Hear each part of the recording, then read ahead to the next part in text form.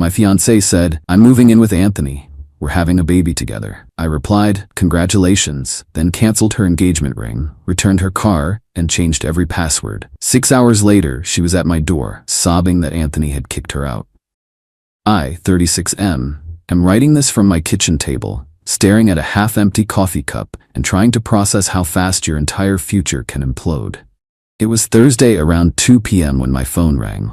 Sarah, 31F, my fiancée of 8 months. We'd been together 3 years, lived together in my house for the past year and a half. The conversation was short, brutal, and weirdly formal. "David, I need to tell you something. I'm moving in with Anthony. We're going to have a baby together. I'm picking up my things tonight." Anthony, 29M, her personal trainer. The guy she'd been working out with religiously for the past 4 months. I'd even paid for the sessions, thinking I was being supportive. My brain kind of froze for a second. The words didn't compute immediately. "Congratulations." I said it flat, emotionless, like I was confirming a dinner reservation. "That's it? That's all you have to say?" "What else is there to say? You've made your decision." "I thought you'd fight for me or something." "You're pregnant with another man's child and moving in with him, Sarah. There's nothing to fight for anymore." Then I hung up. The weird thing was how calm I felt, almost detached, like I was watching someone else's life implode. But under that calm, my mind was already working. First things first, the engagement ring. Called the jewelry store where I'd bought it 6 weeks ago, explained the situation. The manager was sympathetic, said they had a 60-day return policy for situations like this, minus a restocking fee. Drove there immediately, returned the ring, got back $11,000 out of the $12,000 I'd spent. Next, the car. Sarah drove a leased BMW that I'd co-signed for about 10 months ago. The payments came out of my account automatically. Logged into the leasing company's website, removed my payment method, called them directly, explained I was removing myself as guarantor effective immediately. They said she'd need to qualify on her own income or return the vehicle by the end of the month. Her personal training instructor salary wasn't going to cut it. Then I went home and started changing everything. Wi-Fi password, changed. Netflix, Disney Plus, all streaming accounts, logged out all devices, changed passwords. Home security system, changed the code. Her gym membership that I paid for, canceled. Credit card where she was an authorized user, called and removed her immediately. The whole process took maybe 3 hours. Methodical, efficient. By 5 p.m., I was sitting in my living room, everything secured, waiting to see what would happen next. 6:30 p.m., my doorbell rings. I look through the security camera. It's Sarah, crying, mascara running, holding 2 suitcases. I open the door but keep the chain on. "David, please, we need to talk. Anthony kicked me out." Why would Anthony kick out his pregnant girlfriend? It's complicated. He said he needs time to process everything. He wasn't ready for me to move in yet.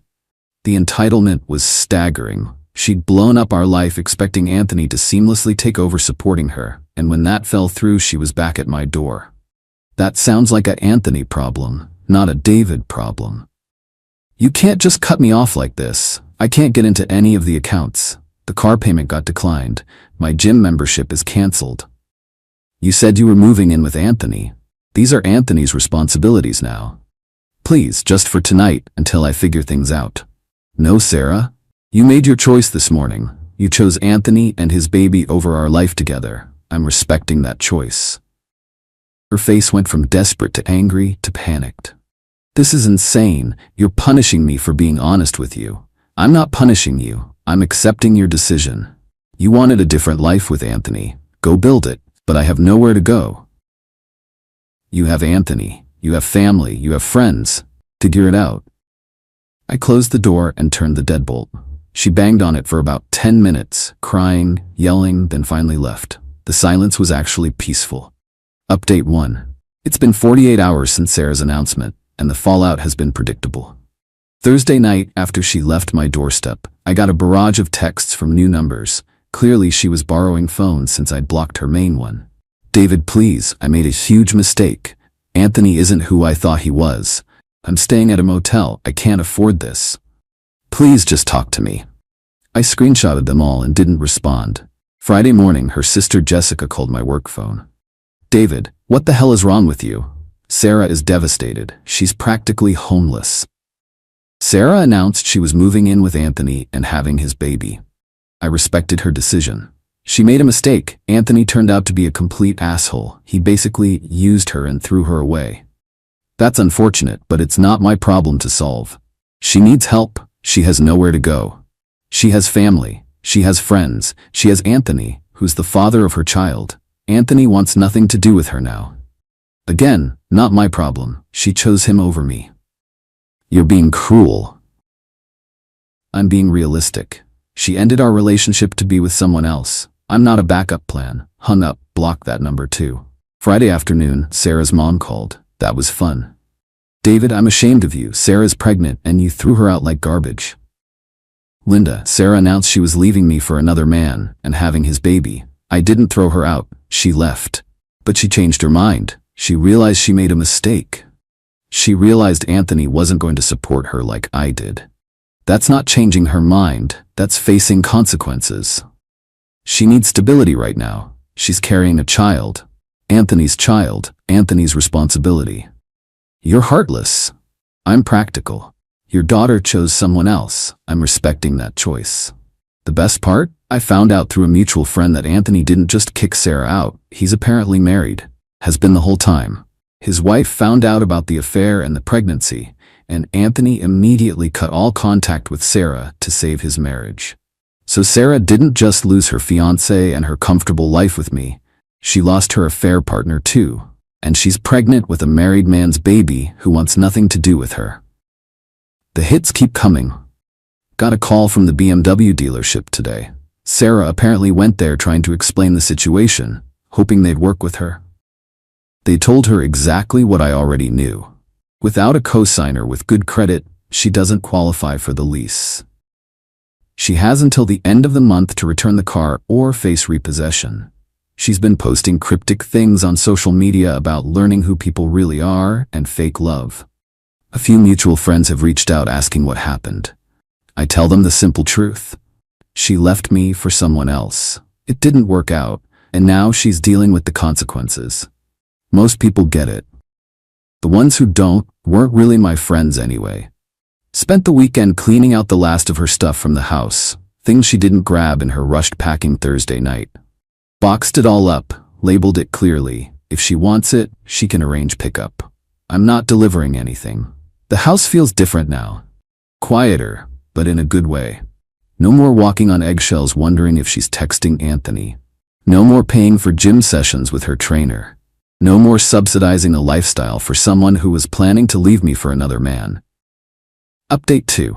1 week since the phone call that changed everything. The entitlement has reached new heights. Monday morning, I got a letter. Not an email, not a text. An actual certified letter from Sarah. She'd had it delivered to my workplace. The letter was 3 pages of handwritten drama about how I abandoned her in her time of need and how she never meant for things to happen this way. The kicker was the last paragraph where she demanded I pay for her hotel costs until she gets back on her feet, and suggested we go to couples counseling to work through this betrayal. The betrayal. She cheated on me, got pregnant by another man, announced she was leaving me for him, and I betrayed her by not funding her life afterward. I showed it to my lawyer friend Tom over lunch. He laughed so hard he nearly choked on his sandwich. She wants you to pay her bills after she left you for another guy, and she called it your betrayal? Apparently I'm supposed to be her safety net indefinitely. Save this letter. If she escalates, this shows her mindset clearly. Tuesday, the financial reality hit her harder. Got a call from my bank. Sarah had tried to use the credit card I'd canceled. Multiple attempts at different stores. The bank flagged it as potential fraud until I explained the situation. Called the credit card company, confirmed she was no longer an authorized user, and asked them to note that any attempts to use the card were unauthorized. Wednesday brought the family intervention. Sarah's parents showed up at my house unannounced. I watched them through my security camera for a few minutes before answering. Linda, David, we need to talk. Sarah's dad, Mike, looked uncomfortable but determined. Son, Sarah made a mistake, but you can't just cut her off completely. Mike, she didn't make a mistake. She made a calculated decision to leave me for another man. The fact that it didn't work out doesn't make it my responsibility. She's pregnant. She needs support. Anthony's baby. Anthony's support, or your support, not mine. Anthony is married. He was using her. That's something she should have figured out before cheating on me with him. Look, we know she messed up, but there's no but, Mike. She chose Anthony. I'm respecting that choice. She's made adult decisions. These are adult consequences. They tried for another 20 minutes, cycling through guilt, logic, and finally threats about doing the right thing. I stayed calm, stuck to facts, and eventually they left. Thursday was when things got really pathetic. Sarah showed up at my gym, the one I still go to, not the fancy place where she met Anthony. She cornered me by the free weights. David, please just listen to me for 5 minutes. You have 3 minutes. Clock's ticking. I know I messed up. I know I hurt you, but I'm pregnant and scared and I don't know what to do. 2 minutes. Anthony lied to me about everything. He's married. He never intended to leave his wife. He just wanted to have an affair. I was so stupid. 1 minute. I miss you. I miss us. I know we can work through this if you just give me a chance. Time's up, Sarah. You didn't make a mistake. You made a choice. You chose to cheat with Anthony. You chose to get pregnant by him. You chose to leave me for him. The fact that he turned out to be exactly what everyone except you could see doesn't change any of that.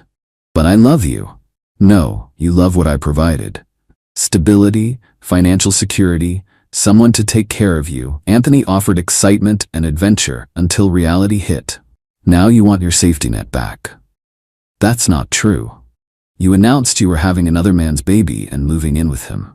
Everything I did afterward was just accepting that reality. If Anthony had been everything you thought he was, you'd be happily setting up house with him right now. I grabbed my towel and headed for the exit. Find a new gym, Sarah. This one's mine. Got a text later that evening from Jessica. You're a heartless bastard. Sarah is sleeping in her car. My response, she chose Anthony. These are Anthony's consequences to manage. Block Jessica permanently. Final update. It's been 3 months since Sarah announced she was leaving me for Anthony. Time for the final chapter on this mess. The immediate aftermath of my last update saw Sarah's situation spiral quickly. Turns out sleeping in a BMW you can't afford while pregnant isn't sustainable. She lasted about a week before the car got repossessed. I drove by the lot where they towed it, saw it sitting there with the dealer plates back on. Her parents finally stepped up, sort of. They let her move back into her childhood bedroom, but from what I've heard through mutual friends, it's been a disaster. Sarah expected them to provide the same lifestyle I had, eating out, shopping trips, entertainment budget. Instead, she got basic room and board and lectures about responsibility. The pregnancy itself became another complication. Anthony, in his desperation to save his marriage, apparently convinced his wife that Sarah was lying about the paternity. He demanded a prenatal DNA test. Sarah agreed, probably hoping it would force him to step up. Results came back. Definitely his kid. Anthony's response wasn't to leave his wife for Sarah. It was to lawyer up and prepare for a custody fight while offering minimal child support. His wife kicked him out anyway, but he's fighting to keep Sarah from getting anything substantial. So now Sarah's facing single motherhood with a part-time job, living with her parents, and a baby daddy who treats her like a legal obligation. The best part happened about 6 weeks ago. I was at a coffee shop near my office when I spotted her across the street, very obviously pregnant now, struggling with grocery bags. For just a moment, I felt a flicker of something. Not sympathy exactly, but recognition of shared history. Then I remembered her standing in my living room, announcing she was having Anthony's baby and moving in with him. I finished my coffee and went back to work. Last week, Jessica tried one more approach through my coworker. Asked if I'd be willing to help Sarah, for old time's sake, maybe contribute to baby expenses since I used to care about her. My response was simple. Sarah chose Anthony to be her baby's father. These are Anthony's expenses. The entitlement never stops, even now.